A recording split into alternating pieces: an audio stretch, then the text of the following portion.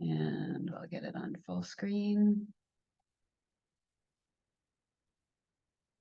All right, great. So again, these are informational calls that I do often about 2 times a month. And so getting back to them after taking a break. So why should you plan ahead? First of all, I'd just like to share a little bit about what I do. And we can plan ahead for incapacitation as well as actual end of life. Reality is we're all going to die. And I make no bones about that. It is a fact. So I hope that you can take that in and through talking about these things, we actually become more comfortable with that reality. Why do it? You get to make the decisions for yourself, and there's a much better chance that those wishes will actually be followed if other people know about them.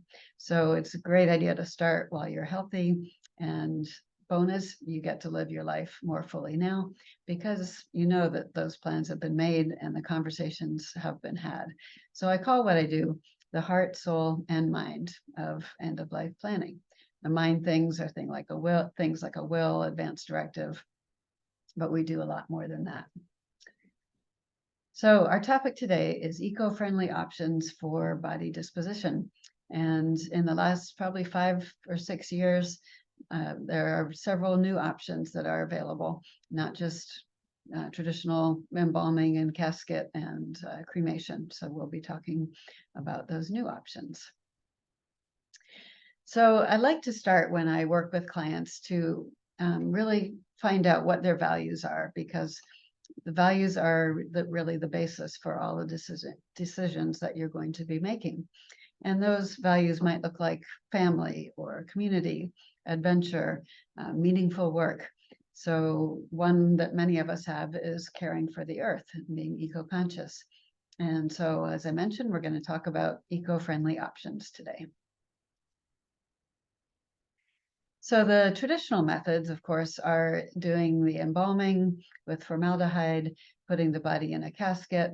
That casket goes in a concrete vault, which is 6 feet deep, and then it's all sealed up. And the real reason, one of the main reasons for that is so that the cemetery, there are not these dips, and it makes it much easier to keep them groomed by mowing.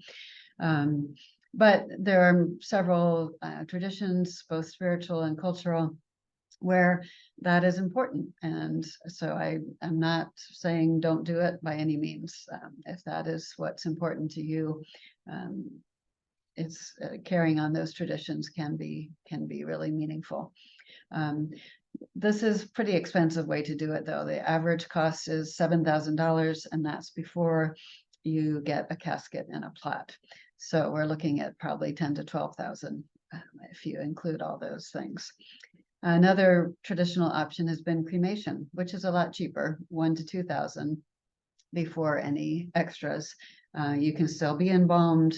You can have a casket, do a viewing if you want that at your funeral, or and then everything will go into the furnace, and that turns into the ashes. However, the environmental costs for both the traditional methods are pretty high. So as I mentioned, the burial takes a lot of concrete to make the vault, takes formaldehyde, it takes the building the casket and all the metal and wood that's used in that.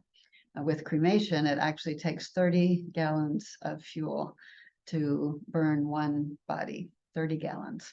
And also creates over 500 pounds of carbon dioxide.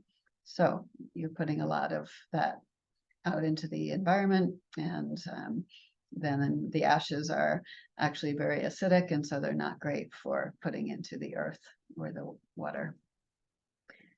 So there are some new options. First, I want to talk about green burial. And in this option, the body is put in a shroud. That shroud can just be buried. The person then can be buried and put in the ground. That doesn't have to be 6 feet deep.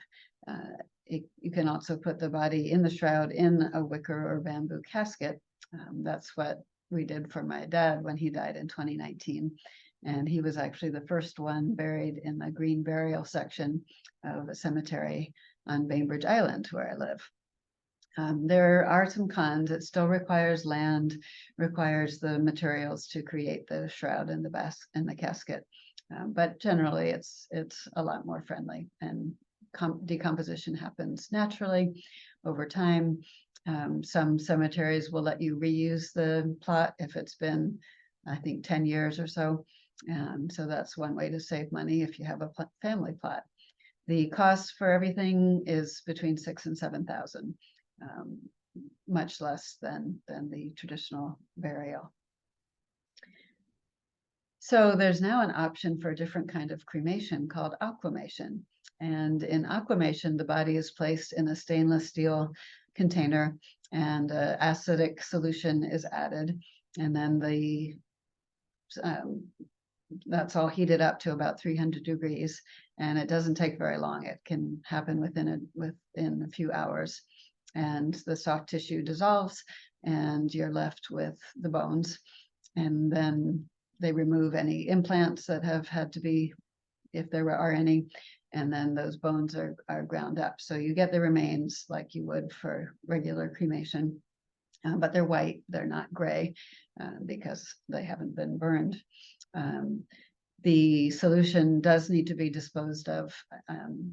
So it becomes neutralized, so it can be just washed down the drain. There's no environmental risk for that, as long as the process has been done properly. That cost is $2,500 and up. And yeah, you have to check with your local funeral home to see if they offer that. It is legal in 21 states, but that doesn't mean that it's actually available. This process was developed to get rid of animal carcasses. And so, because it's, you have a farm where a lot of animals have died, and it's hard to bury them all. So they developed this process, and it's now been approved for human use in some states. And the newest one is called body composting. And so this is also called terramation or recomposition. And basically the body becomes soil again. It's a 1 to 2 month process. The body is placed on a bed of organic material. And then you can put in anything that's biodegradable. So put in a letter, put in flowers, and then you can do a ceremony. They call it a laying in ceremony, and the body is clothed in a compostable garment, and it's a beautiful, beautiful thing to imagine your body becoming fuel for the earth again. It does create quite a lot of compost, and so the family can take as much as they want.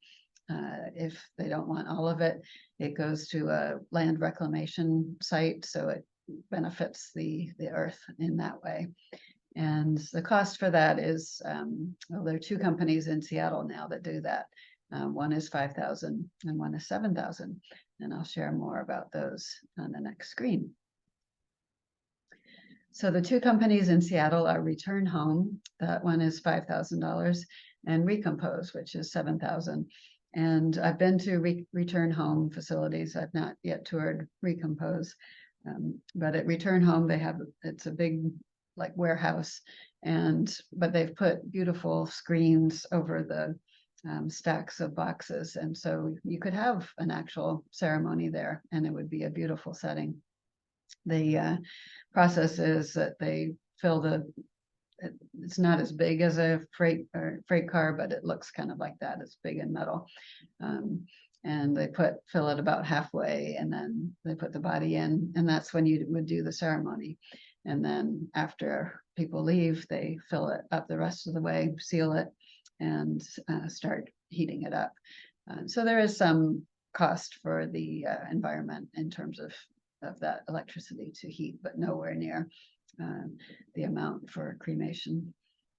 So if you are not in Washington State or not in the Seattle area, Try contacting your local funeral home. You can also call them directly, returnhome.com and recompose.live, I think are the websites. And they can arrange to have a body transported there and to have the soil returned. So these are some sites that you might want to check out. There's a one called Funeralocity, and you can compare funeral costs in your area. You just put in your zip code, and it shows the funeral homes that are nearby, and you can actually look at the costs for individual elements of a funeral, of those services. If you're interested in aquamation, there's a great website, aquamationinfo.com. And those are the two websites for Return Home and Recompose. So I thank you so much for watching. And if you're interested in talking to me, you can go to my website, johannamunson.com. There you'll see information on my end-of-life peace plan. And I also have a Facebook group, End of Life Lounge. So if you are on Facebook and would like to join that, I share stories and useful information that I come across, and also do announcements of events, things like this. So thank you again for watching. Planning brings peace, and that is my wish for you.